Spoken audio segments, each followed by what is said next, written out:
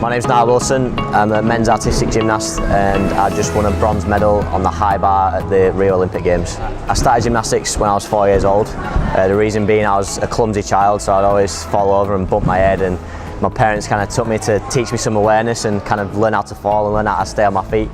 You know, picked it up, absolutely loved the sport. Trained hard. When I kind of got the age of 14, 15, I got selected for the national top squad, which is kind of the programme training for the Olympic Games. At 16 I did my first major, so I did the Junior European Championships, and that was the same year of the 2012 Olympics. Watched them, you know, was so inspired by watching the Olympics, and I knew then that's what I wanted to do. The desire I had to kind of reach the dream of being an Olympian was so strong.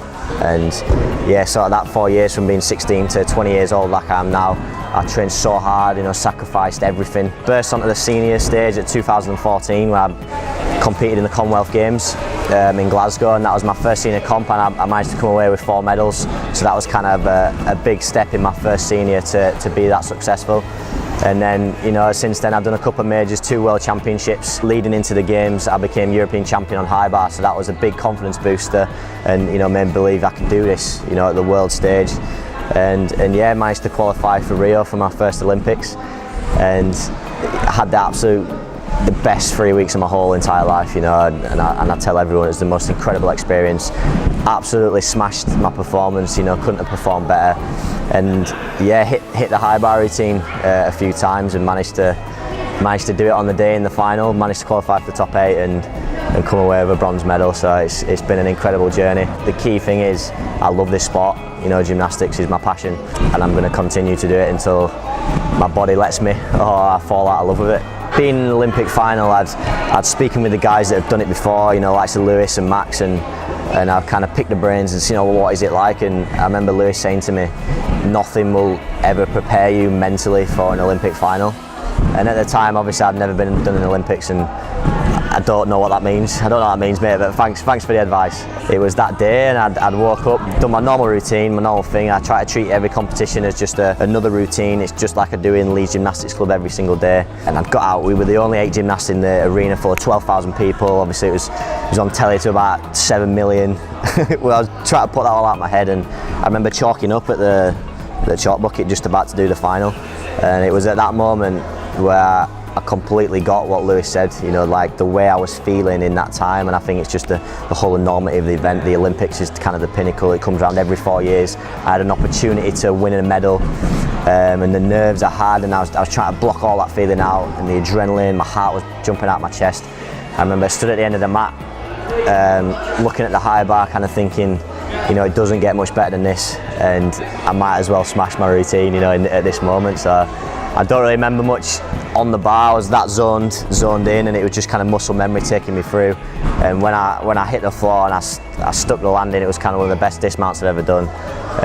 The emotion just erupted, and I'm an emotional character. You can't really fake that. That was all real. I give it some fist pump, and the feeling I got of relief and excitement, and that I'd done a clean routine at the Olympic Games, was the most incredible feeling in the whole world. And you know, it was probably more difficult after I'd done my routine. Obviously, that's all I was focusing on. I then thought, you know, I got a chance of medaling here. So to watch the other guys, which was out of my control, and there were still 5 guys left to go. I think there was 1 left, and I was in the 2nd position, so I knew I'd won a medal. And that feeling, I just got goosebumps everywhere. You know, it's something you train your whole life for, and you sacrifice so much, and to know that you've achieved something you dream of, it was the most incredible feeling on the planet. Gymnastics is a repetition sport. You need to do numbers, and I've been in the gym hours and hours, and I'd repeat that routine hundreds and thousands of times. But like, so when it gets down to that moment, it's kind of your mentality and how you prepare your brain to get through that moment in that amount of pressure. I've had a lot of experience on the world stage, which helped. You know, I've done world championships, I've made world finals, and I like to just kind of get in my little happy room and almost just focus on me and just the apparatus, and nothing else is around me, just like I'm in Leeds Gymnastics Club on that high bar behind me. I've done this 1,000 times. I block everything out, and you know, my self-talk at that point is always positive. You know, I can do this, come on. It's quite easy in that moment to think, oh my God, there's all these people, what if I mess up, what if, but all I'm telling myself is I can do this. I've done it hundreds of thousands of times. Just enjoy it, enjoy this moment. That's kind of how I mentally prepare for moments like that, and it seems to work.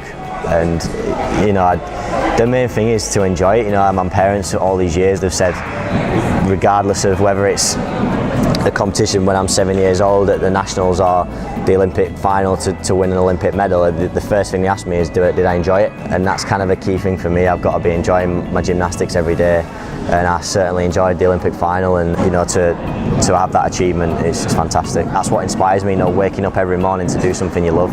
And in this gymnasium in Leeds Gymnastics Club, I've probably spent more time in here than I have in my own house, and I've spent more time with my coaches than I have with my parents. And I've done some incredible gymnastics in this place, and chance for me to come in here, I spend hours, just get away, just focus on my craft, work hard. Gymnastics is an art, and it truly is my dream job to be able to come in here every day, do what I love, swing round bars, fly through the air, somersault and turn, and then travel the world, compete for my country. It truly is a dream. When you're a youngster, you don't know there's that side of it. You kind of just get on and you just do your gymnastics, and all you know is you love it. And as I've got older, become more intelligent, learn that there is a very psychological aspect behind it, and me kind of reading books, and I'm really interested in that, like self-development, growing as a person. And then I got introduced to Michael maybe a year ago in the i2i, and kind of his beliefs and system, and it's fantastic. I have access to psychology, and I truly believe it helps 100%. And that's sort of the key thing with me is, even as a kid, when we grew up in our house, it was the typical can't doesn't exist. It's always I can do this. And me and my dad, we've always, and my sister, we've always been, whatever we're doing, we tell ourselves we can do that. And I literally every single day in this gym, I say out loud, I can do this, whether it's just a skill that I'll do today. Come on, Nile, I can do this, always talking to yourself, and the self-talk I have is always positive. And I obviously didn't realise when I was a kid that this was affecting me mentally, but obviously as I've grown older, I've known for years and years, I've had the positive self-talk, I've picked myself up through setbacks, and I'm mentally preparing for an Olympics. You just kind of take it in your stride. You've done the majors before, you've had the experience, this is your dream. And a key thing for me was, I'm just going to go out and enjoy it. This is just another competition. I'm doing gymnastics, what I love to do. And the key thing I was telling myself was, I can do this, I've done it 100 times, and let's just love every second of it.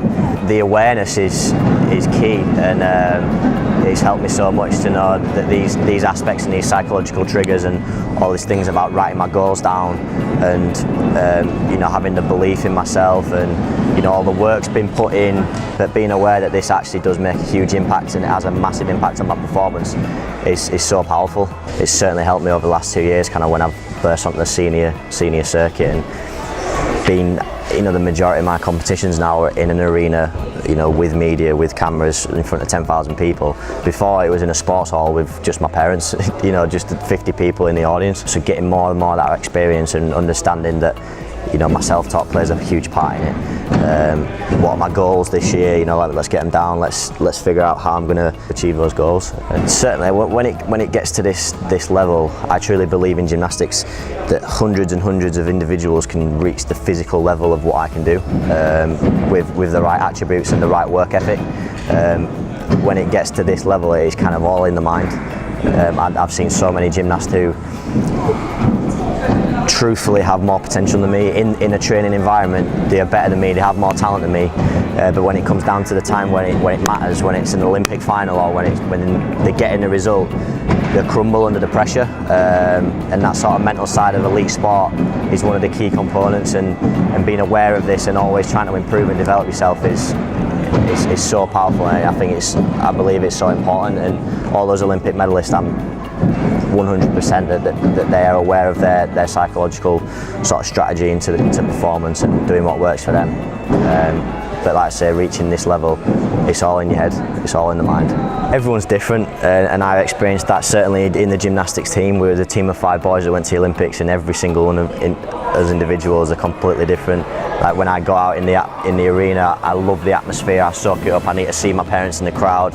I think I watch what's going on, I be there, I live it, you know, I smile, enjoy it, I be emotional. I think the key thing is figuring out what works for you, but certainly my mindset is, you know, this is fun, this is what I do, this is what I love, and trying not to take it to so much extreme. You know, you can pile so much pressure on yourself, which at the same time can almost hinder. You know, in gymnastics, it's all geared to one day, and in the grand scheme of things, you are training all those hours, all those years for 50 seconds on an apparatus on one certain day, and when you put it like that, it's like, oh my God, how much pressure is that?